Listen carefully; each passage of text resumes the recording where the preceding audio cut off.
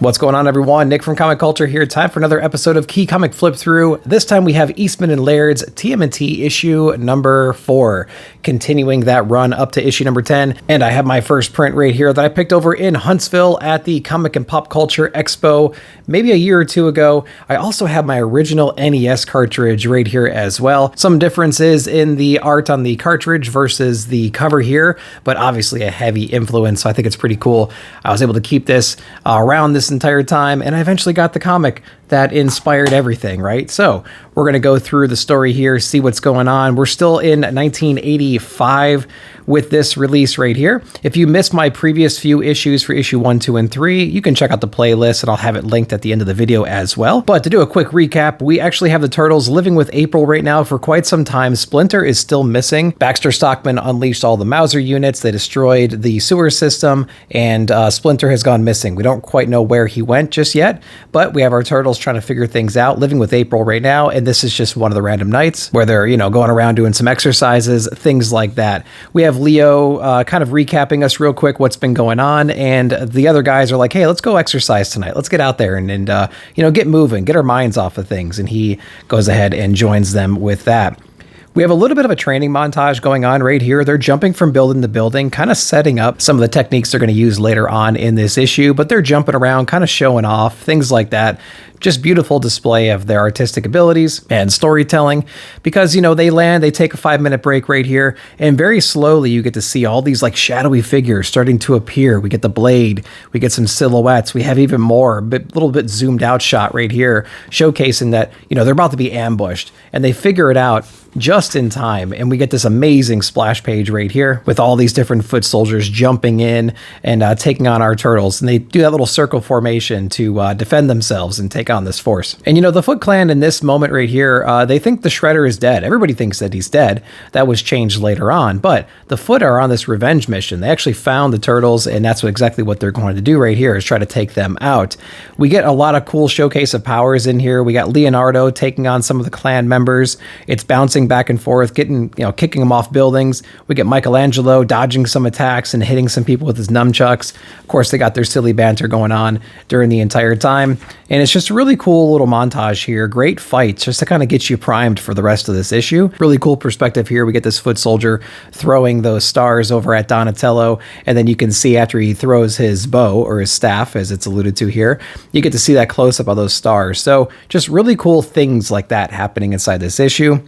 Michelangelo gets kind of in trouble here. A bunch of the foot soldiers get clumped together and actually ambush him and push him off of this building. This is going to set up a really cool scene in the next 2 pages that was all Kevin Eastman's doing, according to their latest interview with cartoonist Phable. They're actually falling off of this building, and he reaches for this clothesline. When he grabs onto it, he does like a Tarzan swing almost right through the window of this couple that are just trying to get down that night. And the sequencing of this is just so perfect. Him falling, setting up the scene before the chaos starts, and then all of a sudden he smashes through the window on this top section here. So it's just really funny to kind of see all this play out. Of course, interrupting the moment right here, he's got this bra from the clothesline earlier in the paneling, and we have some of the kids that are woken up from all the commotion outside. So really great storytelling on this page here that kind of breaks everything up, because we had a really serious dire situation that we just came from, and they had those little moments of levity, which I think are really great to break up the story. Of course, they continue to take on the foot soldiers here. We get some really great close-up shots, things like that. The Turtles are injured in this moment. We're going to see in the next couple of pages that, they didn't come out of this unscathed. Some of them are pretty banged up, specifically Michelangelo. I think Leo had a couple cuts here and there and whatnot, and we're going to see the repercussions of that later on in this issue. But one of the most important things happens right here as Raphael is taken on, I think, the last foot soldier at this point. In his peripheral vision, it explains to you, he notices a logo he hasn't seen in quite some time, that TCRI logo, and it's actually on the building front near where they are fighting. Another great splash page right here, showcasing their artistic ability. And one thing to point out is the style difference between some of the older New York City, like brick kinds of buildings, factories and whatnot, and this real futuristic scientific building, really nailing home the point that this is a special building. There's something weird going on here. And of course, we're going to explore it some more. The Turtles all recognize it. They think it's impossible, all this stuff. And then we get a great origin well placed inside the story. Not at the very beginning, but right here when they have this revelation and they have this moment of like recognition of this logo, a quick little origin story telling you the significance of this situation right here. So you know eventually we're going to have to dig in more into this and probably do some kind of a break-in thing. But we got to go home right now. It's starting to be dawn, and so we can't do it in the broad daylight. So we're going to go home. We're going to lick our wounds. We're going to prepare for the next night. And that's exactly what we do right here. We end up going back to April's apartment. And again, to break up the beats of the story, there was a lot of serious stuff going on, some moments of levity as well. We have Raph coming out of the shower, using up all the hot water, doing some towel snaps on some people, setting up the future event with Michelangelo. He's got this really nasty cut on his arm right here. And so we're going to be going more into that later on inside this issue. April actually comes back home. They play some jokes on her. She's coming home. She's flaunting that new hairstyle and whatnot. Some interesting choices of the cameras and stuff and cool poses for April. But she quickly notices that the turtles are actually really beat up. They're cut, they're bleeding, all this stuff. And she goes and she checks out Leo as well because he's banged up. And this is a pretty funny moment right here. This panel, it showcases somebody with like a telescope kind of a thing. He's over here chain smoking, spying on the turtles. Glass is something over here, and you get to see like from his perspective what's going on.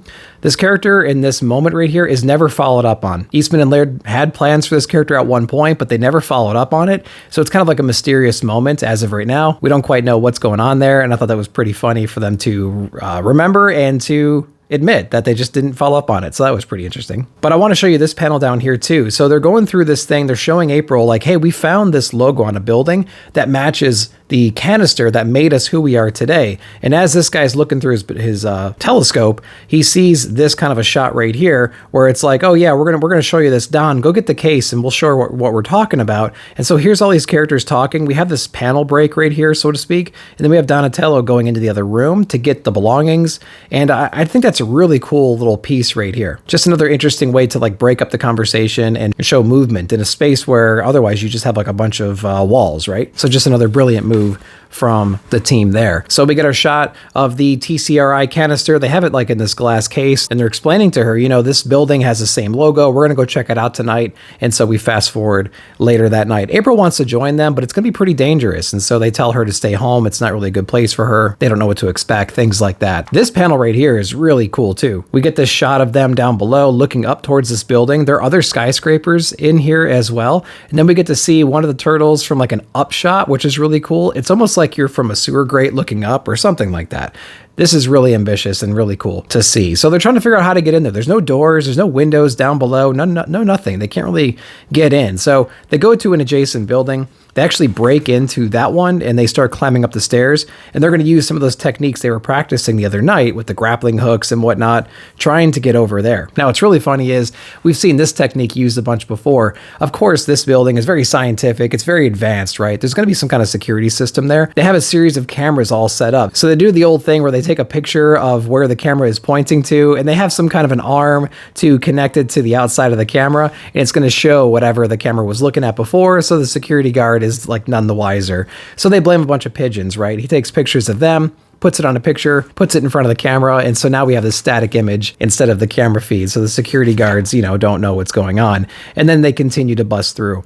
What's really cool is the building that was adjacent to this one that they used to, get to the roof. They were complaining about, or actually mentioning that the doors, they don't make them like they used to. This door here has this really complicated magnetic lock that they're trying to break through, and then you can see like how much more reinforced the door is over here. So like they're even paying attention to those little things where they could just kick down the doors previously, but this place is like highly advanced, and you can see it in the artwork as well. Once they get into the building, they're going from floor to floor, trying to figure some stuff out. The orientation or the configuration of the building is not normal. All these hallways are really long. They have these really tiny windows, not a whole lot of doors on these floors over here. So they're forced to go deeper and deeper into the building just to figure some things out.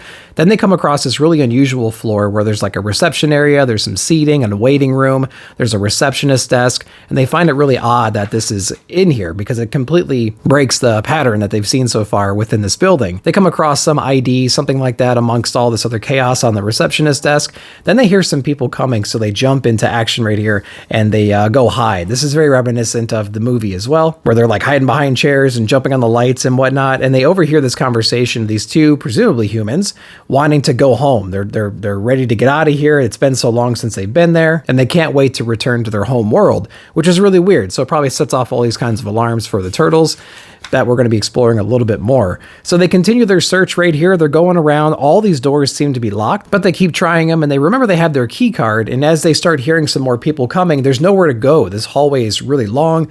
All the doors are locked. They have no choice but to try the key card that they found earlier. They eventually gain access into one of the rooms that they tried, and it turns out that this is actually one of the rooms that Splinter is being held in. And just look at all this mechanical nonsense all over the place. These computers, wires, life support things.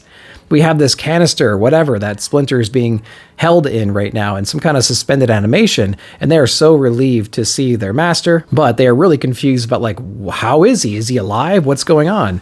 So on further investigation, they notice that he's actually alive. Raphael thinks he's dead. He's in some kind of suspended animation. At the same time, there's some security, some kind of alert that goes out, and the Utrons and their metal bodies, their Terminator bodies, are alerted. They start grabbing their guns. They have no time to suit up. And if you notice in the background here, they're basically sitting around eating, like at the end of last issue. They have all these body suits, these like skin suits hanging from the side here that they would normally wear, right? Like an Edgar suit from Men in Black. So the turtles are aware of what's going on. They see Splinter, they're trying to release him. And then all of a sudden they notice all these robots coming to attack them. And so they have to get in their defensive positions, and they can't quite save Splinter just yet. But they're all really relieved to see him, and they're like extra pissed now because they know that like they've held him prisoner and things like that. So they're taking out all these different robots in really cool ways. You see Leonardo slashing right through, you see Raph Sai going right through, and then you see them retaliating as well, shooting over at our turtles. And we get a cool shot right here of like the Utrons inside their metallic bodies. It's just like really creepy to see this. And the funny thing is, like, we haven't really gotten any commentary from the turtles yet about how weird this is yet. They keep calling them like the robots and things like that. They don't really know what is going on. All they know is these guys are really tough and they have to escape, and like every door is locked. So they continue to run away, trying to figure out where to go. And the Utrons are trying to tell them like, okay, we got to be careful. There's a lot of sensitive technology around here that we've been building and repairing over time. So like be really careful when shooting at these weird creatures in our base. And we get to see what happens more about that coming up here soon. With the turtles on the run still, we have our Utrons chasing them. They kind of end up in this dead end situation here. They have all this weird technology around them. They're back in their circle formation that we saw earlier in the issue, completely surrounded by the bad guys. And Michelangelo makes like the sacrifice play right here. He says, you know, guys, I have an idea that to get you out of here, just make sure to come back and look for me. And of course, Raph is like, you can bet on it, man. We're going to get you. So Michelangelo jumps up into the wiring above them right now, trying to swing around, trying to distract them so the other turtles can run out this door that they found before. His arm that was injured earlier on in the issue kind of gives out on him during this whole thing, and he falls in this control panel right here, and you can see the Utron yelling, no, the control panel. And so what happens there is it inadvertently activates whatever this advanced machinery is, and it starts charging up and whatnot. Now the Utrons know what's going on because they developed this technology, so they start running out because they don't know what's going to happen necessarily, where they're going to be sent.